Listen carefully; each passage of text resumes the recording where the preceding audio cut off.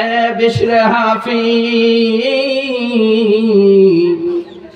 আজ থেকে 7 দিন পূর্বে এক কোরআন পড়নেওয়ালা এক মাদ্রাসার ছাত্র আমাদের গোরস্থানের পাশ দিয়ে যাওয়ার সময়, আমাদের কবরের পাশ দিয়ে যাওয়ার সময় পবিত্র কালামুল্লাহ শরীফ থেকে ছোট্ট একটি সূরা কুল হুয়াল্লাহ পাঠ করে সেই সূরার সওয়াবগুলো আমাদের নামে বকশিয়ে দিয়েছিল।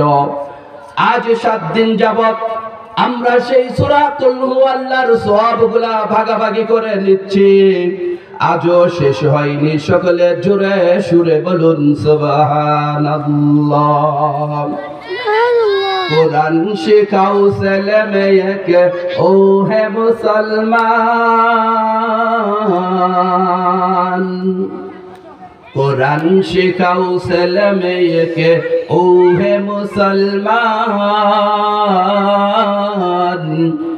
জান কবজের সময় তোমার হইবে রে আসান, জান কবজের সময় তোমার হইবে রে আসান।